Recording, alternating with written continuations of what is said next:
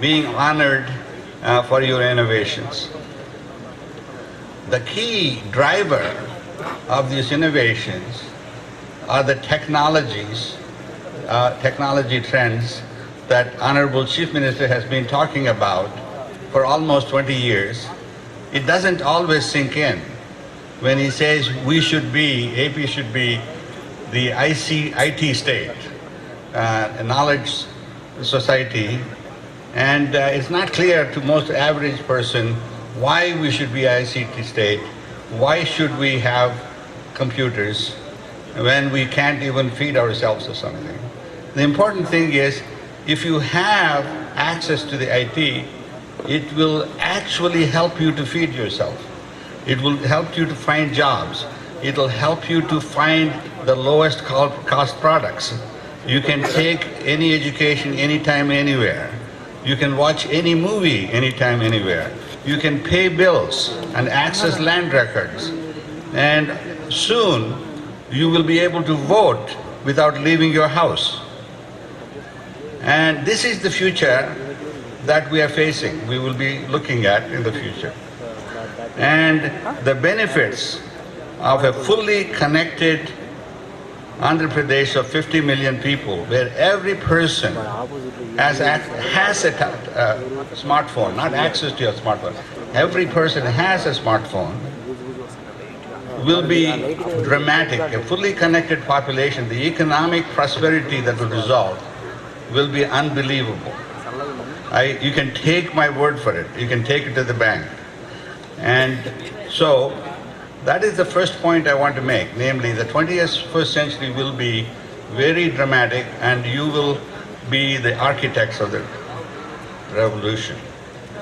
The second point I want to make at this talk is what is unique about this institution here?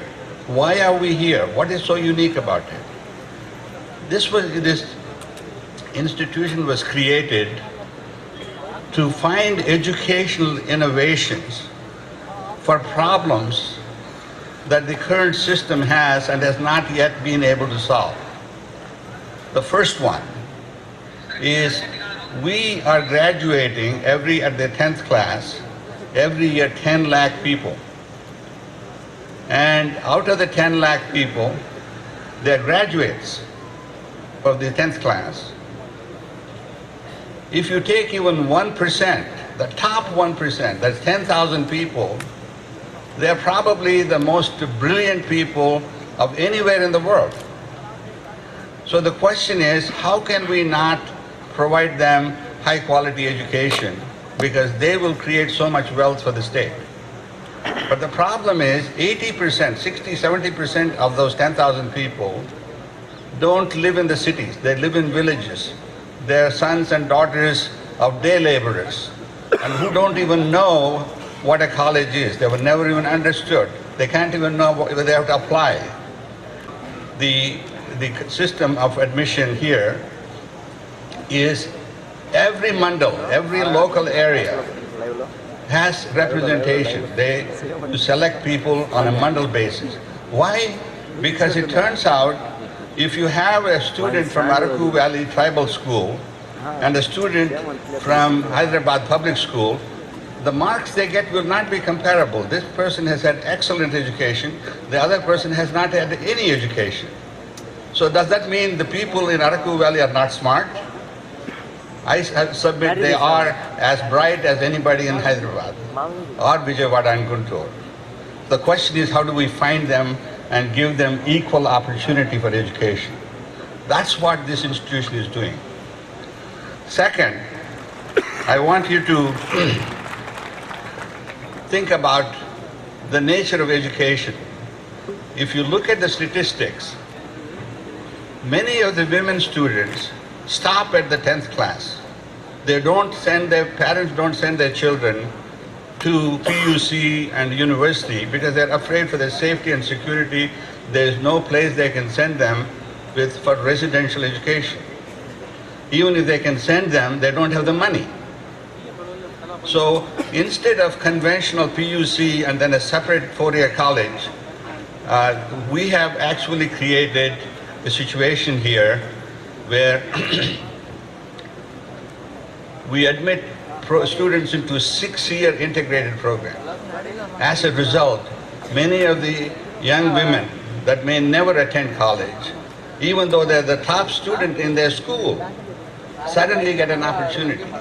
And that's why it is unique in the entire history of Andhra Pradesh. These are the only institutions, Nuzuvedu and RK Valley, where 50% of the students are women. That is something that is unique, and the way we are admitting by having the 6th grade education. So, in the interest of time, my rest of my talk is in the printed version. I'll go right to the end.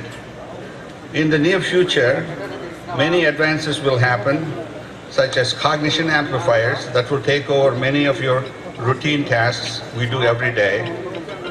Cogs will answer your mail, pay your bills, and order your groceries. You don't have to do anything.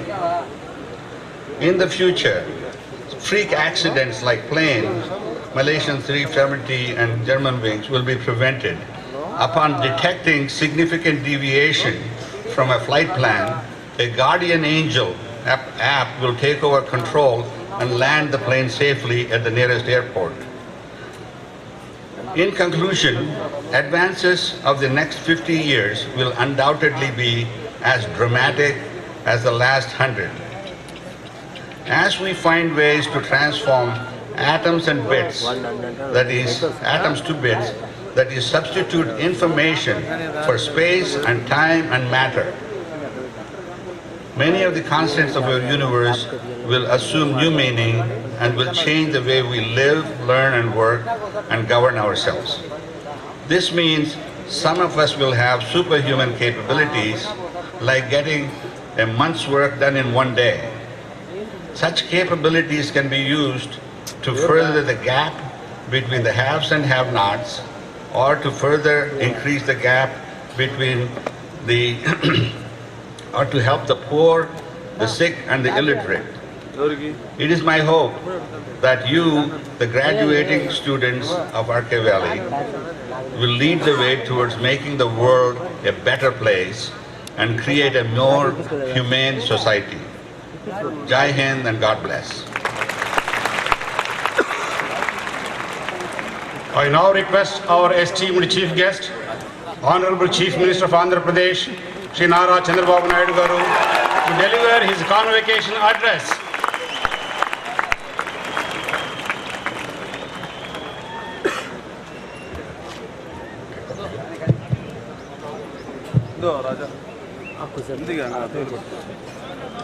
గౌరవనీయులు మానవ వనరుల శాఖ మంత్రి శ్రీ గంటా శ్రీనివాసరావు గారు, గౌరవనీయులు గౌరవ chancellor Rajireddy garu, అదేవిధంగా vice chancellor, principal and EC members and friends, ఈరోజు స్టూడెంట్స్ని ఒక రౌండ్ వెళ్ళి చూశాను. మారుమూల ప్రాంతాల నుంచి ఇప్పటి నుంచే మన వాళ్ళు చెప్పారు, రాష్ట్రం నలుమూలల నుంచి అన్ని మండలాల నుంచి బ్రిలియంట్ స్టూడెంట్స్ని, రూరల్ స్టూడెంట్స్ని ఇక్కడ ఆర్కే వ్యాలీకి తీసుకొచ్చి వన్ ఆఫ్ ది బెస్ట్ ఇంజనీర్స్గా ఈ ఇన్స్టిట్యూట్ తయారు చేసింది. మీ ఐడియాస్ అన్ని చూశాను, బ్రిలియంట్ ఐడియాస్ ఉన్నాయి. ఏ ఆబ్జెక్టివ్స్ అయితే ఆ రోజు నాకు బాగా జ్ఞాపకం ఉంది. మేము చాలాసార్లు ఆలోచించాను, నేను రాజిరెడ్డి గారు. ఆ రోజు నేను ముఖ్యమంత్రిగా ఉంటే టెక్నాలజీని ప్రమోట్ చేయాలి, రాబోయే రోజుల్లో టెక్నాలజీకి ఫ్యూచర్ ఉంటుంది, నాలెడ్జ్కి ఫ్యూచర్ ఉంటుంది. ఈ టెక్నాలజీని ప్రమోట్ చేయాలంటే ఐటీలో మన వాళ్ళకి స్పెషలైజేషన్ రావాలని ఆ రోజు ఆలోచించి IIIT పెట్టాం. మామూలుగా అయితే నేను IIT పెడతానంటే గవర్నమెంట్ ఆఫ్ ఇండియా ఒప్పుకోకపోతే మీరు IITకి ఒప్పుకోవద్దని, కానీ మేము ఇంటర్నేషనల్ యాడ్ చేసి IIIT పెడతామని ఆ రోజు ముందుకు పోయాం. ఆ రోజు ఆ కాన్సెప్ట్ని రాజిరెడ్డి గారు చాలా బాగా చేశారు. దాని తర్వాత ఈ సెంటర్స్ కూడా వచ్చాయి. ఈరోజు ఆర్జీయూకేటీ కాన్వకేషన్ చూస్తే ఫస్ట్ కాన్వకేషన్. మొన్నే నూజివీడు చూశాను, ఈరోజు మళ్ళీ ఇక్కడికి వచ్చి ఆర్కే వ్యాలీ చూశాను. నాకు ఏమాత్రం అనుమానం లేదు, నేను అనుకున్న అన్ని ఆలోచనలకి సొల్యూషన్ మీరు ఇచ్చే పరిస్థితిలో ఉన్నారు. దీనికి మనస్ఫూర్తిగా ఇక్కడ ఉండే స్టూడెంట్స్ని అభినందిస్తున్నా. నాకెప్పుడూ ఒక ఫీలింగ్ ఉండేది, అమెరికన్ యూనివర్సిటీస్కి ఇండియన్ యూనివర్సిటీకి చాలా తేడా ఉంటుంది. అమెరికన్ యూనివర్సిటీస్ అన్నీ మోర్ ప్రాక్టికల్, ఎక్కువ ఫీల్డ్ వర్క్ వెళ్తారు. ఇండియన్ యూనివర్సిటీస్ అన్నీ కూడా క్లాస్ రూమ్లో కూర్చొని థియరీ చదువుకుంటూ ఉంటారు. కానీ మొట్టమొదటిసారి చూస్తే ఈ యూనివర్సిటీ 6 సంవత్సరాల్లో కనీసం 1 సంవత్సరం మీరు ఫీల్డ్కి వెళ్ళి బ్రహ్మాండంగా స్టడీ చేస్తున్నారు. దీనివల్ల అమెరికన్ స్టూడెంట్స్ కంటే బెటర్ స్టూడెంట్స్గా మన వాళ్ళు ఎమర్జ్ అయ్యే అవకాశం ఉందని చెప్పి కూడా నేను మీకు తెలియజేస్తున్నా. అమెరికాలో చూస్తే ఒక కాంప్లసెన్సీ ఉంది, ఎడ్యుకేషన్ సిస్టమ్ బెస్ట్ సిస్టమ్స్, కానీ అక్కడ ఉండే స్టూడెంట్స్ కూడా ఆల్ ఓవర్ ది వరల్డ్ వస్తారు.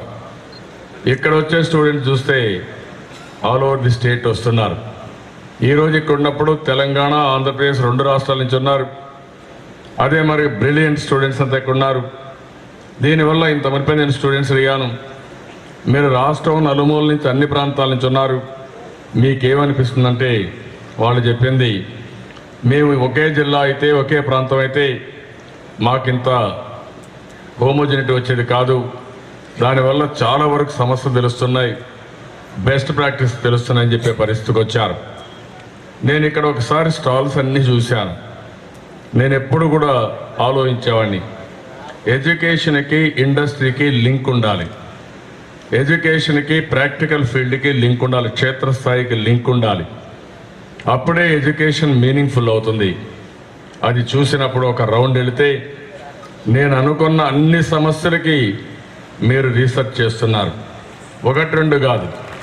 ఈరోజు అమరావతి పైన అయితే కొన్ని డజన్స్ ఆఫ్ స్టాల్స్ పెట్టేశారు. మీరంతా కూడా అమరావతి పొల్యూషన్ ఫ్రీ ఎట్టుండాలి, one of the best model ఎట్టుండాలి, డ్రీమ్ సిటీగా ఎట్టుండాలి, ఎలాంటి సొల్యూషన్స్ ఇవన్నీ అన్నీ ఆలోచించే పరిస్థితికి వచ్చారు. ఇండియా ఈరోజు అయితే సమస్య ఫేస్ చేస్తూ ఉందో ఈ యొక్క పొల్యూషన్, అదే మరి వేస్ట్, ఇవన్నీ కూడా బ్యూటిఫుల్గా సొల్యూషన్స్ ఇచ్చారు. ఏదైతే మనకు ఫ్యూయల్ ఉందో ఈ యొక్క పవర్ కానీ ఎలక్ట్రిసిటీ కానీ దీనిపైన మీరు చూస్తే బెస్ట్ సొల్యూషన్స్ నేను చూశాను, one of the best solutions ఇవ్వగలిగారు. కడాన నేను స్వచ్ఛ ఆంధ్రప్రదేశ్ కోసం పోయినప్పుడు ఎక్కడికక్కడ నీళ్లు కూడా ఏ విధంగా వాటర్ని కన్జర్వ్ చేయాలి, పర్కులేట్ చేయాలి అనుకున్న కాన్సెప్ట్ చూస్తే మామూలుగా సర్ఫ్లేస్లో నీళ్ళు వెళ్ళిపోవడం కాకుండా ఆ నీళ్ళన్నీ పర్కులేట్ అయ్యే విధంగా బ్యూటిఫుల్ బ్రిక్స్ కూడా తయారు చేసి one of the best show case తయారు చేసే పరిస్థితికి వచ్చారు. అండర్ గ్రౌండ్ టనల్స్ ఎస్టాబ్లిష్ చేశారు, వాటర్ వేస్ ఎస్టాబ్లిష్ చేశారు. నా డ్రీమ్కి దగ్గరగా మీరందరూ పనిచేస్తారన్న దానికి నాకు ఒక సాటిస్ఫాక్షన్, ఒక తృప్తి, ఒక నమ్మకం వచ్చిందని చెప్పి కూడా నేను మీకు తెలియజేస్తున్నాను. ఈరోజు టెక్నాలజీ రాజిరెడ్డి గారు చెప్పారు, టెక్నాలజీలో చాలా అడ్వాన్స్ అయిపోయాం. ప్రపంచం మొత్తం టెక్నాలజీని మీరు చూస్తే ఎవరైతే టెక్నాలజీ కరెక్ట్గా ఉపయోగించుకుంటారో వాళ్ళకి ట్రెమెండస్ అడ్వాంటేజ్ ఉంటుంది, నాలెడ్జ్ వస్తుంది, అన్నీ కూడా క్రియేటివ్ ఐడియాస్ వస్తాయి. అయితే నేను మిమ్మల్ని కోరేది, టెక్నాలజీ మీకు అందుబాటులో ఉంది, ఇప్పుడే ఇక్కడ యూనివర్సిటీ ఉంది, ఈ యూనివర్సిటీలో వైఫై కూడా పెట్టారు, కానీ ఇంకా ఫుల్ బ్యాండ్ విత్ రాలేదు. ఈరోజు రాబోయే రోజుల్లో వైఫై ఫుల్గా కనెక్ట్ చేసి అదే మాదిరిగా మ్యాక్సిమం బ్యాండ్ విత్ ఇస్తే మీకు ప్రపంచం మొత్తం నాలెడ్జ్ వచ్చే అవకాశం ఉంటుంది.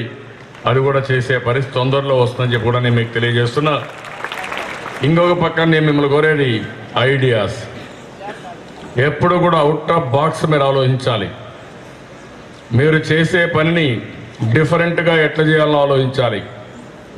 ఏదో మామూలుగా పని అవుతుంది, మనం కూడా మామూలుగా ఆలోచిస్తే మీకు ఆలోచన రావు. ఎవ్రీ ఛాలెంజ్, ఎవ్రీ ప్రాక్టీస్ని మీరు క్వశ్చన్ చేసే పరిస్థితి రావాలి. ఆ క్వశ్చన్ చేయడంలో ఇది ఈ విధంగా ఉంది, దీనికంటే నేను ఏ విధంగా ఇంప్రూవ్ చేయగలుగుతాను అనే మీ ఆలోచన వస్తే నాకు ఏమాత్రం అనుమానం లేదు, బ్రహ్మాండంగా న్యూ ఐడియాస్ వస్తాయి. ఇక్కడ నేను చూస్తే ఒకటి గుర్తుపెట్టుకోవాల్సిన అవసరం ఉంది. జపాన్ బిగినింగ్లో వాళ్ళు ఇన్నోవేషన్ చేయాల. ప్రపంచంలో ఉండే బెస్ట్ ప్రాక్టీసెస్, ప్రపంచంలో ఉండే బెస్ట్ టెక్నాలజీస్, ప్రపంచంలో ఉండే ఎనీథింగ్ అన్నీ కూడా ముందు చైనా తెప్పించుకునేవాళ్ళు. అక్కడి నుంచి స్టడీ చేసుకున్న తర్వాత ఫర్దర్ ఇన్నోవేషన్కి పోయేవారు. అదే ఈరోజు మనకు జరుగుతూ ఉంది. మీరు ఒకసారి చూస్తే స్టార్టప్ ఎనీ కంపెనీ మీరు చూడండి, ఒక సింపుల్ ఐడియా, ఆ ఐడియా ఒక రెవల్యూషన్ తీసుకొస్తూ ఉంది. అది గూగుల్ కావచ్చు, మైక్రోసాఫ్ట్ కావచ్చు, లేకపోతే Amazon.com కావచ్చు, ఫ్లిప్కార్ట్ కావచ్చు, ఏదైనా సరే మీరు చూస్తే ఒక యాప్ కావచ్చు, ఏదైనా మీరు చూస్తే ఆ ఐడియా పూర్తిగా ప్రపంచాన్నే మార్చేస్తూ ఉంది. అదే మరి ప్రపంచంలో ఒక వినూత్నమైన వరవళ్లకు నాంది పలుకుతూ ఉంది. ఇందులో మీరు గుర్తుపెట్టుకోవాల్సింది నాలెడ్జ్ చాలా పవర్ఫుల్.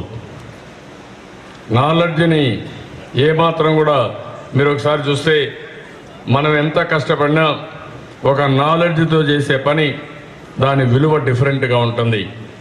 ఇండియాలో ఇంకొక విషయం కూడా మీరు గుర్తుపెట్టుకోవాల్సిన అవసరం ఉంది. ప్రపంచాన్ని శాసించే శక్తి నియర్ ఫ్యూచర్లో ఒక్క భారతదేశానికి తప్ప వేరే దేశాలకు ఉండే అవకాశం లేదు. దానికి కూడా కారణం మీరు చూసినప్పుడు కొన్ని పాలసీలో వాళ్ళు ఫెయిల్ అయ్యారు. ఈరోజు యూరోప్ ఉంది. ఎప్పుడు కూడా డెవలప్మెంట్ జరిగినప్పుడు ఓసారి పాపులేషన్ మీద కాన్సన్ట్రేషన్ ఉండదు. చైనా ఉంది, డెవలప్మెంట్ చేశారు, సింగిల్ చైల్డ్ నామ్ పెట్టారు. దాంతో పాపులేషన్ కంట్రోల్ అయింది. ఇప్పుడు పాపులేషన్ డిమినిష్ అవుతూ ఉంది. పాపులేషన్ ప్రమోట్ చేయాలని ప్రయత్నం చేస్తున్నారు, కానీ సాధ్యం కావడం లేదు. Japan almost all old country మారిగా, ఏజ్డ్ కంట్రీ మారిగా తయారైంది. ఆ పరిస్థితి మనకు లేదు. ప్రపంచంలోని ఏకైక దేశం యంగ్స్టర్స్ ఉండేది, ఫ్యూచర్ ఉండేది ఒక్క భారతదేశానికి తప్ప ఏ దేశానికి లేదు. నేను ఎందుకు ఈ మాట చెప్తున్నానంటే మీరు కూడా గుర్తుపెట్టుకోవాల్సింది, ఒక విజన్ ఉంటే ప్రపంచం మొత్తం ఏం జరుగుతుందో ఒక్కసారి మీరు ఊహించుకుంటే దానికి అనుగుణంగా మీరు ప్లాన్ చేసుకునే అవకాశాలు ఉన్నాయి. ఈరోజు ఇంకొక విషయం కూడా చూస్తే అమెరికా, యూరోప్ కొన్ని దేశాల్లో ఏవి కూడా స్టాండర్డైజేషన్ అయిపోయినాయి. దానివల్ల అక్కడ క్రియేటివిటీ కూడా తగ్గే పరిస్థితి వచ్చింది. కానీ ప్రపంచం మొత్తం సినికాలయానికి వెళ్ళి బ్రహ్మాండ ఇన్నోవేషన్ చేస్తున్నారు. అందులో కూడా చాలామంది ఇండియన్సే ఉన్నారు. అలాంటి వినూత్నమైన కార్యక్రమాలకు నాంది పలికాం. ఈరోజు ప్రపంచంలో ఇంకొక విషయం మీరు చూస్తే all majority CEOs are from India. మీరు చూసినప్పుడు Microsoft Nadella Satya from India, Google Pichai from India, ఇంకొక పక్క పెప్సికో కానీ ఏ కంపెనీ చూసినా మెజారిటీ మీరు చూసే సాఫ్ట్ బ్యాంక్ నుంచి చాలా కంపెనీల్లో ఇండియన్సే ఉన్నారు. నేను ఇక్కడ మిమ్మల్ని కోరేది, చాలా మంచి ప్రాజెక్టులన్నీ తయారు చేశారు. ఇది లాజికల్గా మీరు తీసుకుపోవాల్సిన అవసరం ఉంది. నేను ఈరోజు అనౌన్స్ చేస్తున్నా ఈ యూనివర్సిటీకి భవిష్యత్తులో ఇవన్నీ కూడా ల్యాబ్లో ఉన్నాయి. దాన్ని ఫైనల్ ప్రోడక్ట్ మీరు తయారు చేయండి. ఎంతవరకు ఈ అప్లికబిలిటీ వస్తుందో మీరు చెప్పండి, గవర్నమెంట్ అడాప్ట్ చేసుకుంటాం. అదే మరిగా స్టూడెంట్స్కి యూనివర్సిటీకి సూటబుల్గా రెమ్యునరేషన్ పే చేసి డబ్బులు కూడా ఇచ్చే బాధ్యత నేను తీసుకుంటాను. ఒకవేళ 1-2 ఫెయిల్ అయినా పర్వాలేదు, మెజారిటీ ఫెయిల్ అయినా పర్వాలేదు, మీకు ఆ ఆలోచన రావాలి. ఆ ఆలోచన వల్ల మీకు క్రియేటివిటీ వస్తుంది. ఈ Idupulapaya one of the best incubation సెంటర్గా స్టార్టప్ కంపెనీస్కి నాందిగా తయారు కావాల్సిన అవసరం ఉంది. ప్రతి ఒక్క స్టూడెంట్ డిఫరెంట్గా ఆలోచించండి. ఏదో ఒక ఎంప్లాయీగా చేరడం కాదు, మీరు 10 మందికి ఉద్యోగాలు ఇవ్వాలి. మీరు కూడా మీ నాలెడ్జ్తో ముందుకు పోయే పరిస్థితి ఉండాల్సిన అవసరం ఉంది. మీరు చూస్తే 18 ఏళ్ళుగా రాష్ట్రంలో నేను డిఫరెంట్గా ఆలోచించాను. నాకు చాలా సమస్యలు ఉన్నాయి. నేను సమస్యలు ఉన్నాయనిగా నేను ఆలోచించుంటే నేను ఇప్పటికే ఏమీ చేయలేకుండా పోయేవాడిని. నేను ఎప్పుడైతే అవుట్ ఆఫ్ బాక్స్ ఆలోచించి డిఫరెంట్గా ఆలోచించి టెక్నాలజీతో ముందుకు పోయాం, ఈరోజు వినూత్నమైన ప్రయోగాలకు నాంది పలికాం. రాజధాని అమరావతికి ల్యాండ్ కావాలి. ల్యాండ్ కావాలన్నప్పుడు డబ్బులు లేవు. నేను కొత్త ఆలోచన ఇచ్చాను, ల్యాండ్ పూలింగ్. 33,000 ఎకరాలు ఒక్క పైసా పే చేయకుండా రైతులు స్వచ్ఛందంగా ముందుకు ఇచ్చారంటే అది ఒక వినూత్నమైన ఆలోచన తప్ప ఒక ఆలోచన, ఒక బ్రహ్మాండమైన క్రియేటివిటీ వచ్చే పరిస్థితి వచ్చింది. ఒక సమస్యకు పరిష్కారం చూపించగలిగాం. ఆ తర్వాత ఈరోజు చూస్తే వండర్ఫుల్ సిటీగా మనం తయారు చేయాలని, it is a green field city, rare opportunity. There is a crisis but there is opportunity. I wanted to convert crisis into opportunity. అందుకనే ఈరోజు అమరావతిని ఒక సిటీ ఆఫ్ కెనాల్స్ కింద, బ్లూ అండ్ గ్రీన్ సిటీ కింద ఈరోజు ప్రమోట్ చేస్తున్నాం. నాకు ఏమాత్రం అనుమానం లేదు, ఇది ప్రపంచంలో అరుదైన సిటీగా టాప్ 10 సిటీస్లో మన అమరావతి ఒకటి ఉంటుంది. అది జరుగుతుందని చెప్పి కూడా నేను మీకు తెలియజేస్తున్నా. ఈజ్ ఆఫ్ డూయింగ్ బిజినెస్ మొత్తం కంప్యూటరైజేషన్ చేశాం. హైదరాబాద్లో ఉన్నాం, అమరావతిలో ఉన్నాం, సమస్యలు ఉన్నాయి. భారతదేశంలో ఈజ్ ఆఫ్ డూయింగ్ బిజినెస్లో టెక్నాలజీ ఉపయోగించుకొని సెకండ్ ప్లేస్కి వచ్చాం. భవిష్యత్తులో నెంబర్ 1గా ఉండేదానికి అన్ని అవకాశాలు ఉన్నాయి. ఇది సాధిస్తాం. ఇంకో పక్కన ఒక ఐడియా తీసుకున్నప్పుడు 22.5 మిలియన్లు బైఫర్కేషన్ అప్పుడు కరెంటు కొరతుంటే 15 రోజుల్లో కరెంటు మేనేజ్ చేయగలిగాం. ఇప్పుడు పవర్ సర్ప్లస్ స్టేట్గా తయారు చేశాం. ఆల్ ఇండియా ఇచ్చిన అన్ని అవార్డులో అన్నీ కూడా మీరు చూసే సోలార్లో కానీ, నెట్ క్యాప్ కానీ, పవర్లో కానీ, పవర్ సేవింగ్ కానీ అన్నీ కూడా మనమే తీసుకొచ్చాం. ఇక్కడ మీరందరిలో ఒక ఆలోచన రావాలి. ఒక ఐడియా చూడండి, ఎల్ఈడి బల్బులు. ఎల్ఈడి బల్బులు వచ్చినప్పుడు ఎనర్జీ సేవింగ్ కోసం మాకు ఒక ఆలోచన వచ్చింది. ఉదుహు తుఫాన్ వచ్చింది, విశాఖపట్నంలో ఎల్ఈడి బల్బులు పోవాలని ఆలోచించాం. గవర్నమెంట్ ఆఫ్ ఇండియా కూడా సహకరించారు. ఈరోజు ఎనర్జీ సేవింగ్ 40-50% ఎల్ఈడి బల్బుల వల్ల ఉంది. మేము ఆలోచించింది, టెండర్లు పిలిచింది, మనం డబ్బులు ఇవ్వం. ఇప్పుడు